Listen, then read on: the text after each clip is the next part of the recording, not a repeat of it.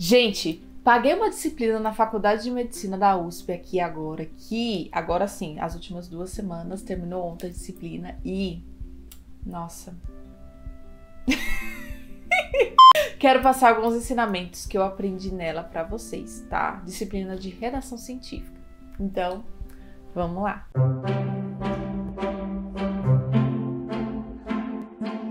Olá pra você! Como é que está o seu dia hoje? Eu sou Camila Mendes e hoje, gente, eu quero compartilhar 5 ensinamentos que eu tive na disciplina Redação Científica da Faculdade de Medicina da Universidade de São Paulo.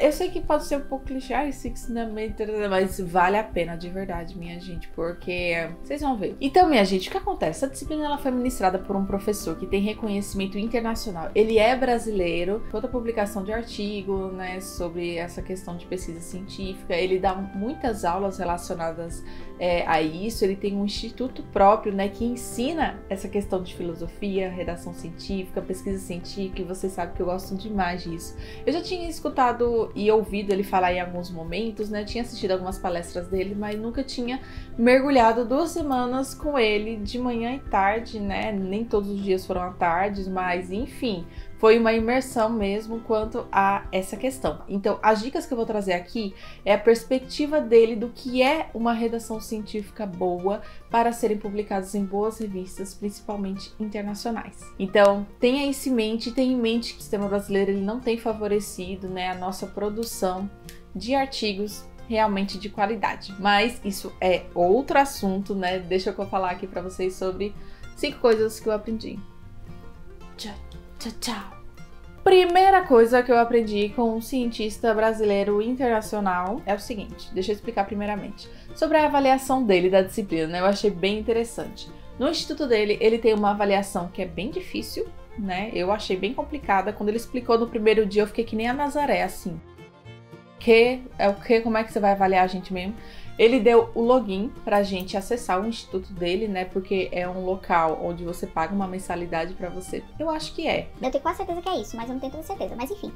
Ele tem um sistema dele que ele cobra 3 avaliações, tá? Aí cada uma dessas avaliações avaliam alguma coisa específica, tipo redação científica, conhecimento de ciências, enfim. E são coisas que ele dá na aula dele, tá? Então, cada uma dessas avaliações, eu vou dizer assim, são 30 questões, tá? De verdadeiro ou falso. Então ele traz uma afirmativa e tem a opção de você escolher se aquela afirmativa é verdadeira, se é falso, e tem também a porcentagem. Ou seja, imagina isso no Enem. Não, eu fiquei imaginando isso no Enem. Se essa moda pega, tomara que não pegue. Mas você coloca lá verdadeiro na sentença. Não, essa sentença é verdadeira, né? É, claro que eu tenho certeza que é verdadeira. Aí você tem que colocar a porcentagem de certeza que você tem sobre aquilo que você está respondendo. Então pode ser 0% de verdade, né? Ou seja, você não sabe. 25% de certeza, 50% de certeza, 75% e 100% de certeza. Então, 5 níveis de certeza aí que você precisa marcar e isso influencia na sua nota, né? Se você tem 25% de certeza e você marcou verdadeiro e você acertou, então você pega 25% da nota. Agora, se você errou, você perde 25% daquela nota. Enfim, não sei como é esses cálculos, ainda tem aquele negócio lá do Enem, né, que a gente não consegue chutar. Né, ele tem uns negócio lá, uma inteligência lá, não sei como é que chama essas coisas, que se você marcar um negócio aqui lá na frente, se marcar outra, o sistema entende que você chutou aquela anterior também e você perde nota. Enfim, né, acontece que a nota vai até 100, é lógico, e esse sistema, para passar na disciplina dele com conceito A, porque na USP é conceito A, B, C, D. Não sei se tem E, mas eu acho que é até D. E para você passar com conceito A, você tem que tirar acima de 50 pontos. E assim, a primeira vez que eu fiz foram 26. A primeira vez que eu fiz deu 26. Fiquei preocupada de início, aí ele falou, olha, vocês estão liberados para vocês fazerem quantas vezes vocês quiserem. Mas enfim, consegui a nota, tá? Fiquem tranquilos, ele tinha que tirar 2 vezes acima de 50 para ser considerado, porque ele vai pegar as 2 maiores notas, fazer a média e vai estar lá a sua nota a partir disso. Enfim, minha gente, não era disso que eu queria falar. O foco aqui sobre essa questão da avaliação, né, que é uma coisa que eu aprendi com ele, que eu peguei no ar, né, nas coisas que ele vai dizendo, é que a gente tem que ter certeza sobre o que a gente escreve na redação científica. Temos que ter certeza. Não tem aquele meia boca, não tem o mais ou menos, não tem um achismo na escrita científica, tem a certeza. Isso é isso, né?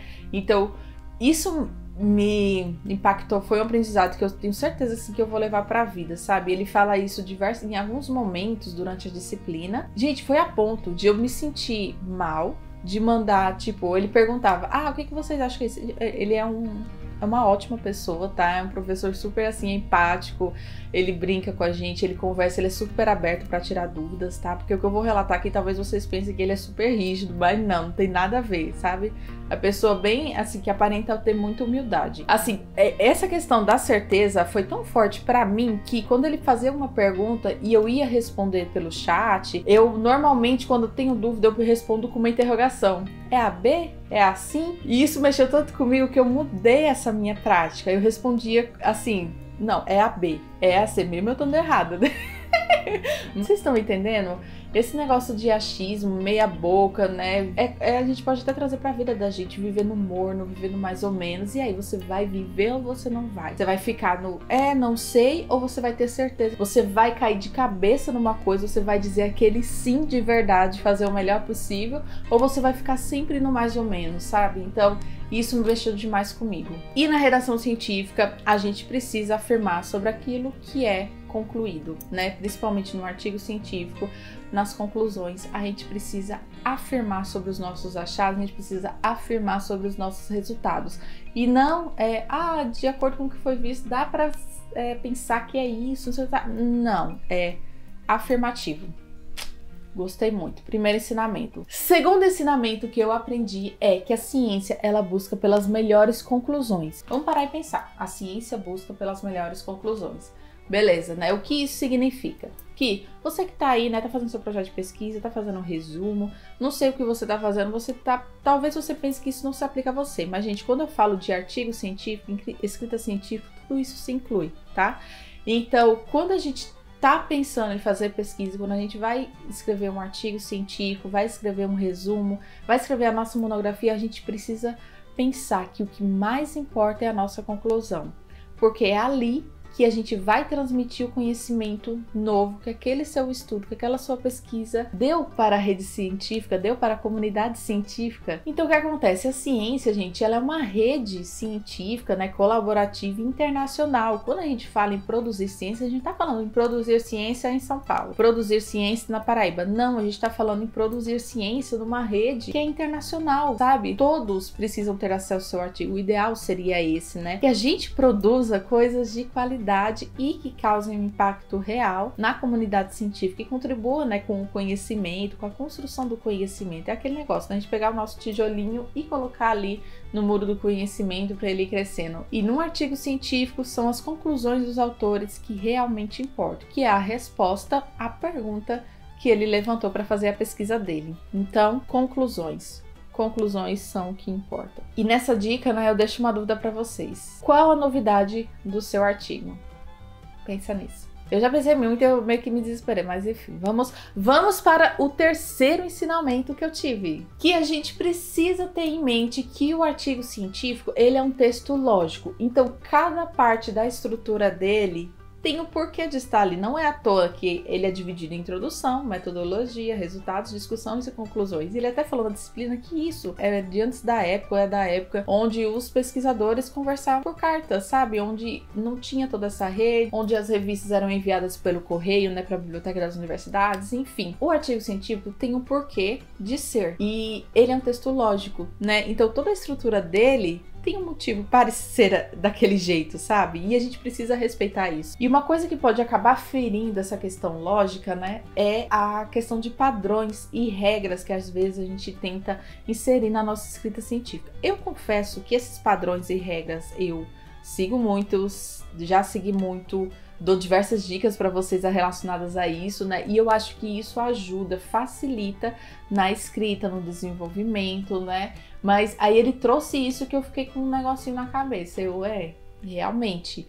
E talvez se a gente aprendesse o certo desde o início, daria certo. Mas quem não tem esse guia, né? E quem não tem essa orientação para seguir o que é correto? Porque o ideal realmente seria que a gente fizesse isso desde o início. Só que muitas vezes eu vejo a realidade, né, de muitas pessoas que vocês compartilham comigo lá no Instagram, de que não tem orientação, né? Que não tem um professor que guie nelas. Já vi até o caso de professores que não incentivavam o aluno a entrar no mestrado. Pelo contrário, a pessoa veio falar comigo desesperada, dizendo que não tinha o apoio de ninguém, né, dos professores. Que minha gente do céu. Então, isso é uma problemática que a gente tem que pensar. Mas, enfim, o artigo é um texto lógico, mas isso não quer dizer que ele não seja um texto criativo e inovador, né? Que estimule a gente nesse sentido.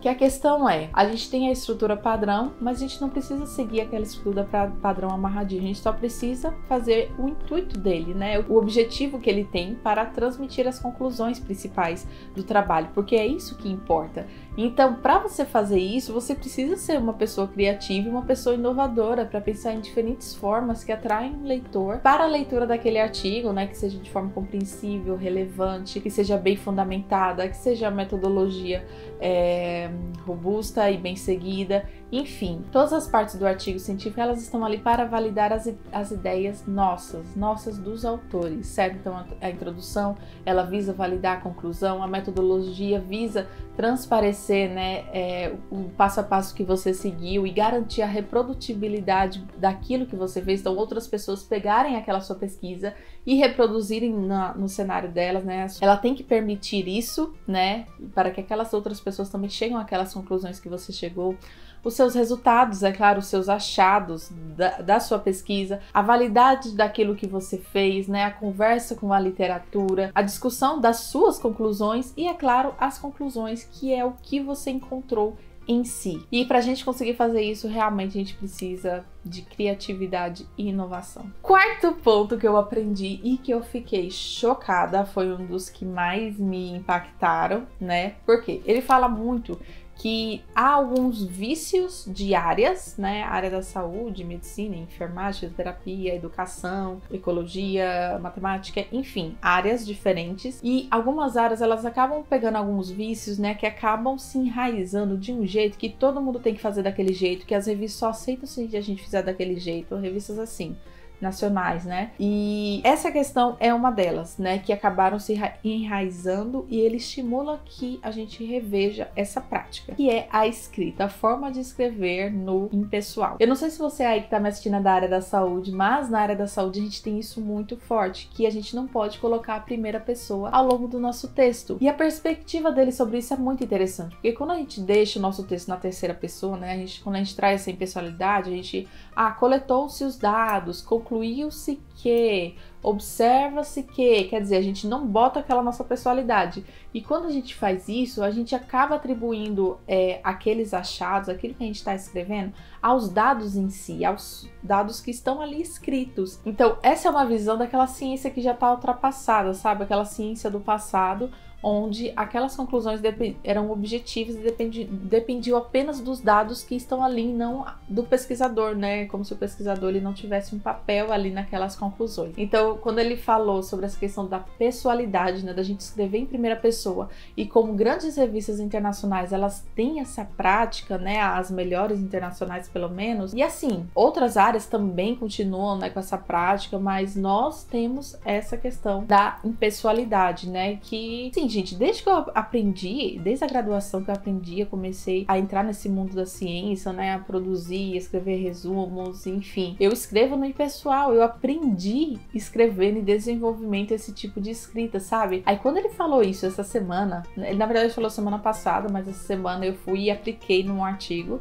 no meu artigo científico da revisão de Skoll, tão famoso, né, que vocês já sabem a história, resolvi aplicar para fazer esse exercício. E, gente, o peso, vocês não têm ideia, o peso do que eu tava escrevendo caiu sobre os meus ombros, que vocês não fazem ideia. A responsabilidade, sabe? É como se aquilo ali se materializasse em você, na sua consciência, sobre aquilo que você tá escrevendo. Eu, caramba, velho, realmente eu tenho que tomar cuidado e eu tenho que fazer isso aqui fazer sentido, sabe? Porque sou eu que tô escrevendo, eu sou a autora, e eu preciso transmitir esse conhecimento de forma que outros cientistas, né, de forma que aquilo faça sentido, né, na minha argumentação, que outros cientistas aceitem aquilo. Enfim, essa questão da impessoalidade me marcou também. Eu acho que eu vou exercitar isso. Eu acho porque é um sistema realmente, assim, construído, né, pra questão da impessoalidade, mas quem sabe? Tô pensando seriamente em incrementar isso na minha escrita, né, no projeto de pesquisa e tudo mais. Vamos ver como essas coisas vão sendo recebidas. Eu acho interessante. Eu acho que a gente vai mudando essas questões para melhor, né, com um passo de cada vez. É um trabalho de formiguinha mesmo. E eu queria compartilhar essa visão para vocês, mais numa questão de reflexão mesmo sobre as nossas práticas. E por último, quinta coisa que eu aprendi, minha gente, é que eu ainda tenho muito o que aprender, sabe? Eu ainda tenho que estudar demais, admirei demais as aulas do professor, foram super esclarecedoras, aprendi muito, tô com algumas leituras. Gente, eu fiz anotações das aulas dele, vocês não fazem ideia, riquíssimas, eu acho que elas vão ficar comigo por um bom tempo. Então, aqui, sim, são anotações, todas as anotações minhas, e eu acho que eu vou andar com elas pra cima e pra baixo por um bom tempo, porque foi muitos ensinamentos. Então, gente, eu espero que vocês tenham gostado desse vídeo. Eu senti a necessidade de fazer esse vídeo e compartilhar alguma coisa sobre essas 2 semanas que eu passei nessa disciplina, que realmente foram super valiosas, sabe? Foram semanas muito boas. Só não foi melhor porque não foi presencial, sabe? Eu imagino que ele vai... É que, sabe aquela pessoa, aquele professor que simplesmente já sabe, não precisa nem de slide? Ele começa a conversar, aí ele vai tirar uma dúvida, ele fala 30 minutos sobre aquilo, né? E você se envolve. Enfim, eu quis compartilhar um pouco o que eu aprendi e espero que aprender mais ainda, né? Pra poder trazer mais conteúdos aqui de maior qualidade para vocês. Porque estamos constante aprendizado, não é, minha gente? Então, comenta aqui embaixo se você gostou e aproveita e dá o gostei, se inscreve aqui no canal e muito obrigada por assistir. Até mais!